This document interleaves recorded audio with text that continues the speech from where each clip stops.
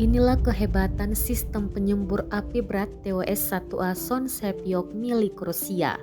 Rusia mengerahkan semua kekuatan yang ada dalam invasi ke Ukraina. Berbagai persenjataan diboyong menuju Ukraina untuk menghancurkan kekuatan militer Ukraina, salah satunya TOS-1A ini. Sistem ini dirancang untuk mendukung tembakan infanteri dan tank, mengalahkan posisi tembak terbuka dan tertutup dalam berbagai jenis pertempuran ofensif dan defensif, serta untuk menonaktifkan kendaraan, juga kendaraan lapis baja ringan. Akurasi tembakan yang tinggi pada target area dipastikan dengan melihat langsung peluncur pada target, panduan otomatis pada jarak tembak beberapa kilometer.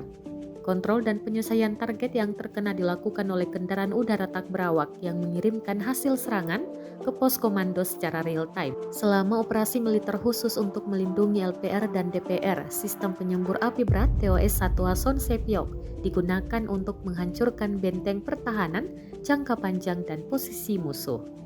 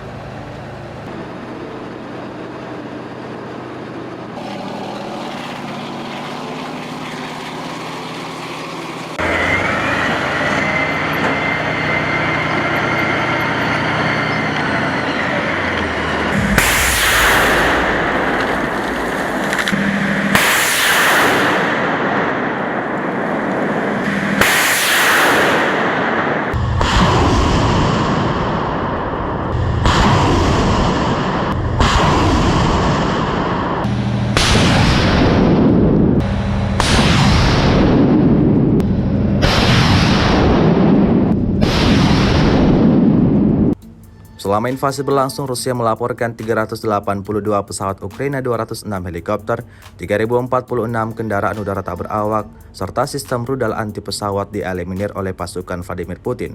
Sedangkan dari kubu Kiev, Kementerian Pertahanan Ukraina melaporkan 910 tentara Rusia dieliminir dalam sehari terakhir. Total 134.100 prajurit Rusia meninggal sejak awal konflik hingga hari ke-351.